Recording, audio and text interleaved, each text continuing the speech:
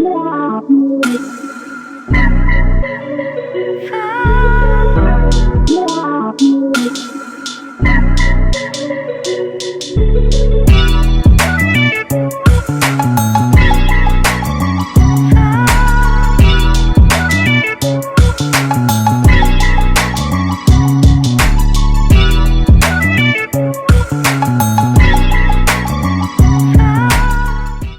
going on, guys? It's your boy Rome 300 back again with another video. Yes, we back again.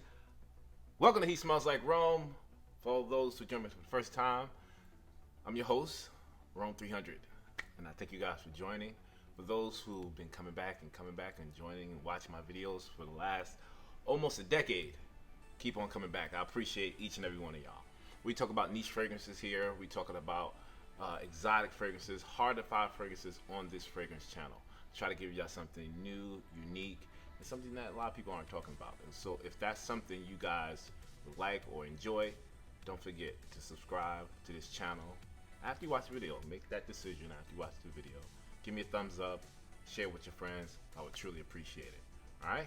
With that said, yes, I got another exclusive fragrance for you guys. I'm excited about this one.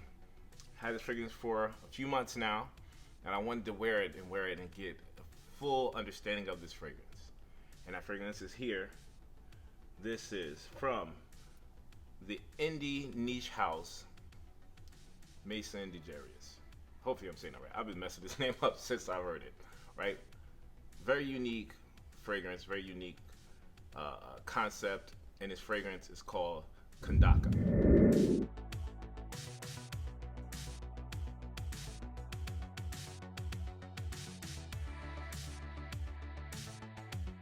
All right, before we get started, let's look at the box. All right, the presentation of what it comes in. Very simplistic.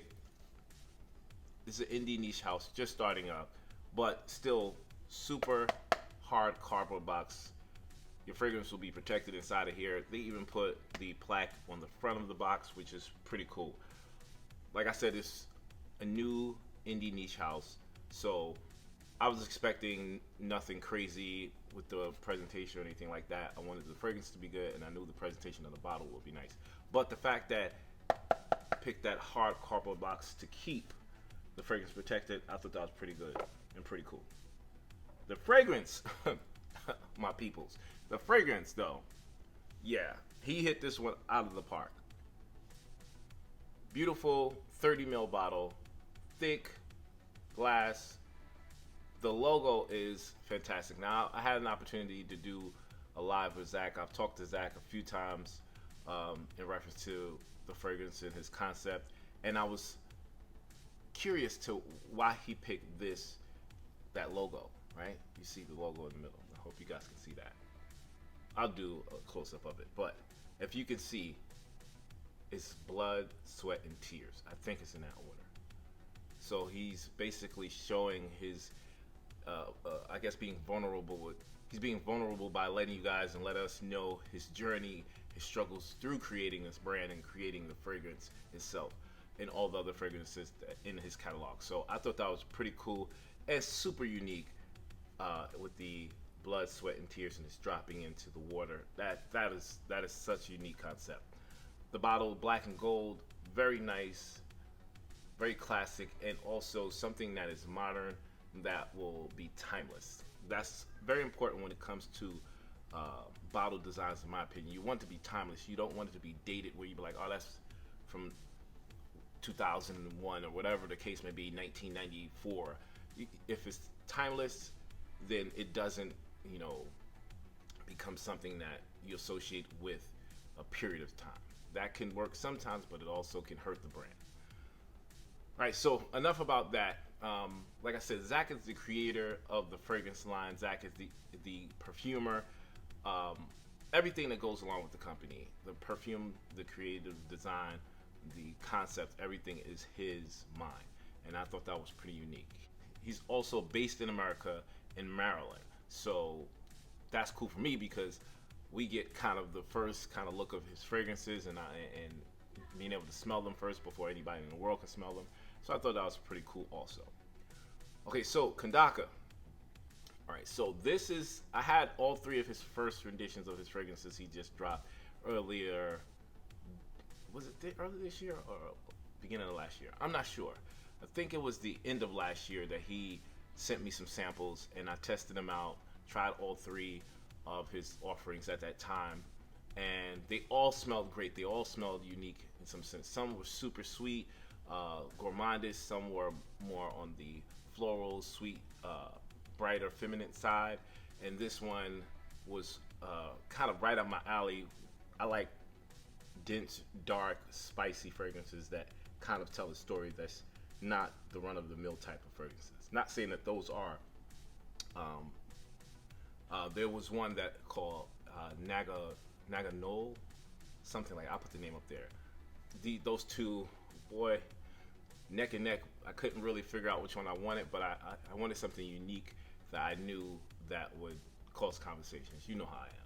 So when it came to Kandaka, that is what I went for. And the reason why I went for this, because I had some of his early tester fragrances that he had probably a year and a half, almost 2 years ago. And it was a very dense, spicy rose fragrance. And this reminded me of that. It wasn't as strong as that rose fragrance, but this was such a unique take on rose. Rose, in my opinion, a oud, spicy, and also somewhat kind of clean fragrance, if that makes sense. So the opening you're going to get in this fragrance is going to be a dry, spicy rose. Heavy, dry, spicy rose that is very floral, but very masculine. This is one of the most masculine roses I've ever smelled. Now, for me, I'm a rose lover. I love sweet roses. I love floral roses. I love dry. I love spicy. It doesn't matter. As long as the rose is authentic and it smells good, I'm good with that.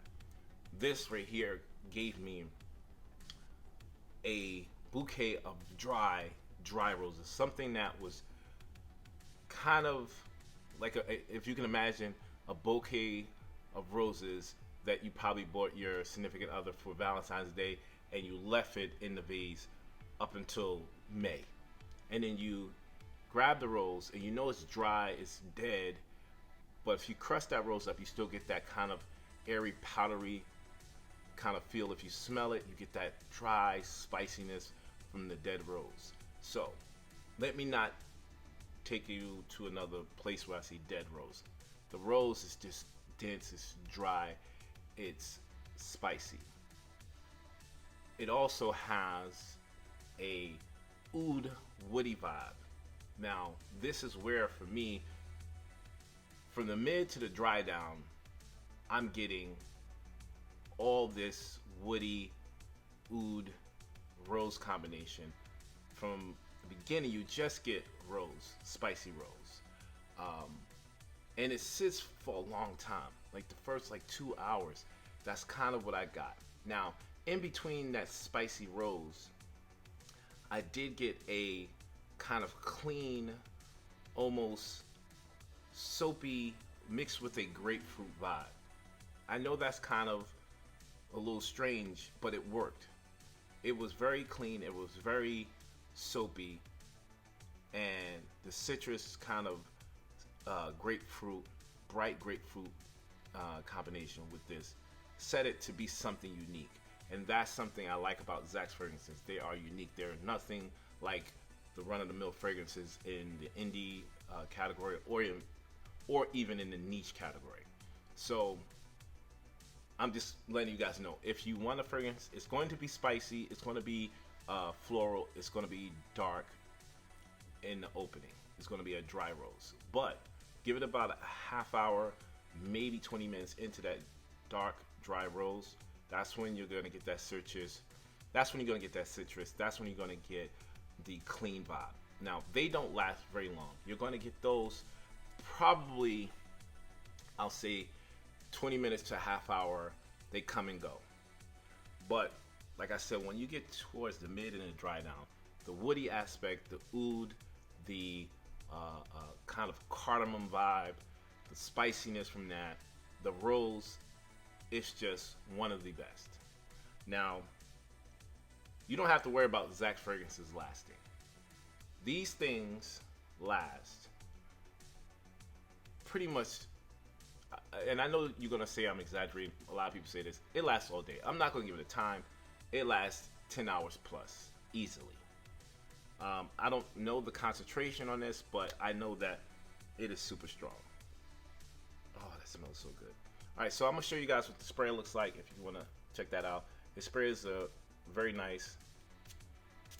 Give you a nice spritz and the oil. If that's one thing that I say, Maison Darius fragrances are known. That oil concentration is sick. Man. Woo! Yes. Yes, yes, yes. Now, once we get, like I said, to the dry down, where the last part of the dry down, the woody aspect is there. The oud is there. The spicy cardamom is there. The rose is never going away. But now you get a little bit of the rose, but you know those green petals that come off of the stem. That is where it sets itself apart from any other rose fragrances.